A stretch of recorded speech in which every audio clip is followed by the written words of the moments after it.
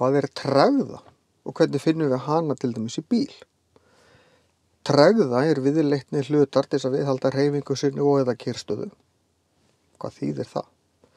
Jú, það þýðir að hlutur sem er á hreyfingu vill halda þeirri hreyfingu áfram og hlutur sem er kjur vill halda áfram að vera kjur. Við finnum þetta rosalega vel í bíl. Þegar það er tekið rösklega af stað, þá er ég kjur á bílinn, en svo tekur bílinn af stað.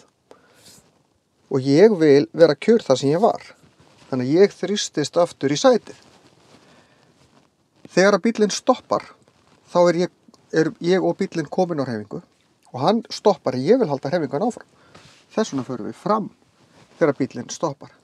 Þegar bílinn beygir, ef hann beygir til dæmis í þess átt, þá hallast ég í hina áttina. Ekki af því að ég hallast eitthvað til hliðar, heldur vil ég fara beint áfram, en bíllinn er að beygja undan. Þannig að ég hallast út í hliðina sem snýr í það átt sem ég var að fara í. Þannig að þetta eru hreyfingarnar sem við finnum. Þetta kallast tregða, sem er eins og ég sagði, viðleitni hlutar til þess að viðhalda hreyfingu sinni og eða kyrrstöðu.